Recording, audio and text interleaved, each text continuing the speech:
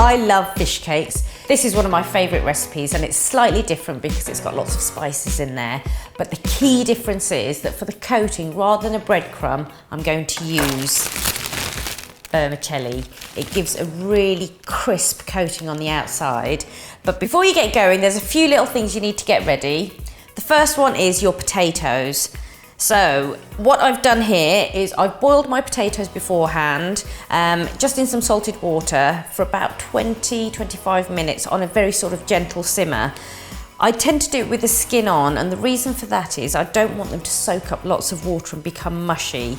So once they're cooked and they're soft and you'll be able to feel them, you just need to peel that skin off. Don't worry if you've got little bits of the skin left on there, it really doesn't matter. And then using your grater, just grate that into a bowl. You can, if you want to, you can just use a fork and mash it as well, just whatever you've got to hand really. So just grate your potato, and then we're gonna just pop this to one side so it's ready for once our fish mixture's all ready to go. The fish that I'm using, actually, it's quite important to sort of talk about. I'm using a nice sustainable white fish, but I'm also using salmon as well because I want a little bit of that lovely oily flavour, especially with the spices, it works really well. So I'm going to use 250 grams of salmon and 150 grams of white fish. First thing you need to do is dice up some little pieces of onion and then get your pan going. Into the pan, I'm just going to put a little glug of rapeseed oil, and I'm going to start my onions cooking. Ideally, I just want them to soften a little bit whilst I get my other ingredients ready. Give them a little stir. So whilst that is warming up and starting to cook through, I've got some garlic, I've got some green chilies, got some fresh ginger and some coriander, but just the stalks. Because this is quite a nice sort of robust dish, I want to get lots of flavour in there and a little bit of texture, which is why I'm using the stalks rather than the leaves. So very finely, just chop up your garlic. So just go over your garlic a few times so it's nice and fine, and then just pop that straight in. Give that a little stir just to get that rawness from the garlic cooking through as well. And then into that, I'm going to add 2 chilies. We've got a nice sort of oily fish going in, as I mentioned before. So a couple of chilies should do the trick. Again, nice and fine. You don't want great big chunks of chili. That can go in. Now be careful, when you get the chili in, as soon as it hits the heat, you will start to get those sort of vapors coming through. And I'm gonna put some fresh ginger straight in. I tend to grate with the skin on. Just make sure you wash your ginger beforehand. If you don't like the skin, then you can peel it just with a teaspoon if that helps. And then your coriander stems. Pop those in. Spits in there. Give that all a stir through. We don't really want a lot of colour to our onions, but all we're doing is just making them a little bit translucent, just cooking the rawness out of them. You don't really want to brown them or anything like that. As that's cooking away, we're going to start to add our spices into there.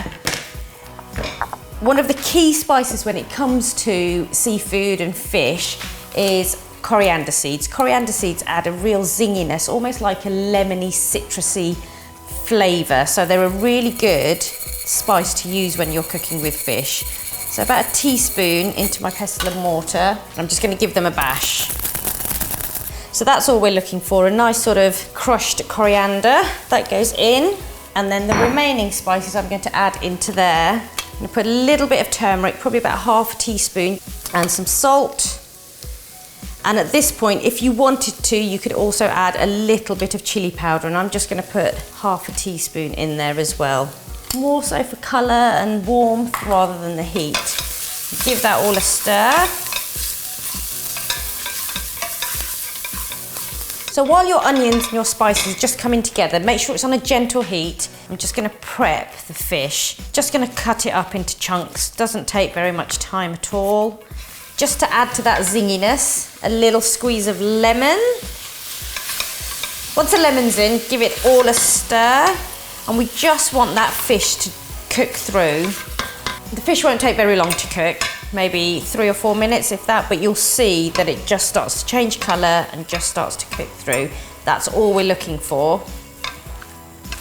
So once it's been cooking for a few minutes, you'll see that the fish starts to sort of break down a little bit. And once it's cooked, you can just squidge through some of the fish with your spoon. And once it's ready, just take that off the heat and just set it to one side, just so that it starts to cool down before adding the potato into there. Make sure your mixture has cooled so that it's okay for you to handle. Then we're going to add our potatoes into the fish mixture.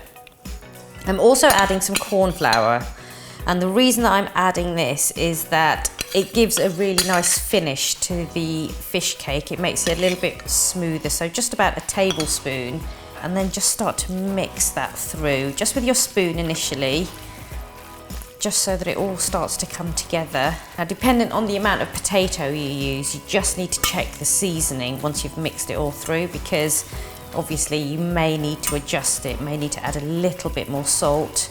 Okay, so once your mixture is all sort of mixed through and it's looking that lovely yellow turmeric-y colour, we're going to start to make our patties.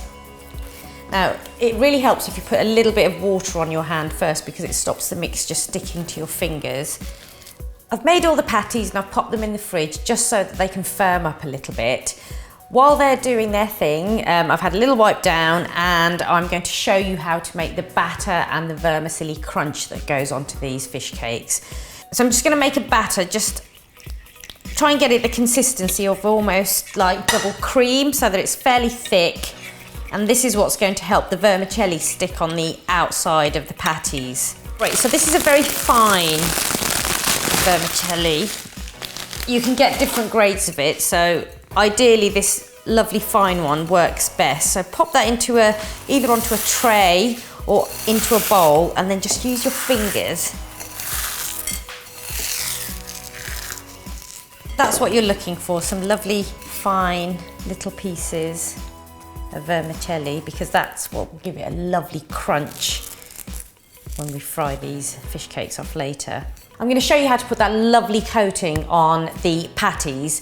It's really easy to do. It's a little bit fiddly and quite messy, but it's still good fun. So if you take one of your patties, just make sure that you shape it again, just so that it's nice and firm, and then pop it into your batter. Just drizzle a little bit over the top, and you can use a spoon to do this if you want to, but I tend to just put it on one side and then fold it over, so it's completely coated. And then using your 2 forks, just go underneath it and just pop that into your vermicelli, and then using your fingers just over the top, just coat it all up. Take it in your hands and just press it so that it sticks. So I'm going to get on and do all of those, because I've got quite a few to get through. I've coated my fish cakes and I have put them in the fridge just for a few minutes, but they are ready to go. So I've got 10 here, which is perfect for the amount of filling that we had. I've been heating my oil just very gently for about 5 or 6 minutes, and the reason that I do that is that I want it to heat up equally all the way through. I don't want to put it on a really high heat and then start getting that oil smoking, so I want it to very gently heat through, so it's the same sort of temperature all the way through. Now, when you're frying like this, do be very, very careful. If you've got a deep fat fryer, you can use that. Ideally go for about 180, 200 degrees C for this. If you're using a small pan, just make sure you stay with it, and you know, you don't walk off and wander off doing other things whilst you're deep frying, because it is very dangerous. So very carefully, what you want to do is very carefully just slip one of those fish cakes in. You'll see that they start to fry very quickly. What we want is for the whole of the inside to heat up really nicely, because it is all cooked, but you want the outside to get really lovely and crisp and the inside to warm through, so it's piping hot when you come to eat them. What I'm going to serve this with today is my Indian tomato ketchup, because fish cakes and tomato ketchup's great. The tomato ketchup recipe is again on the website, so please do have a look at it. It's made with 5 different spices, so check it out. So there you go, my vermicelli encrusted fish cakes, really crisp and really lovely. Now hopefully You can hear how crispy they are, but I'm just going to show you what they look like on the inside. Really crunchy and just beautiful inside. Served with what I call my Indian tomato ketchup. I think it makes probably one of the most perfect lunches you'll ever have. This recipe goes really well with spiced tomato chutney and lamb kebabs. Tap the eye to see the recipes and don't forget to subscribe to my channel.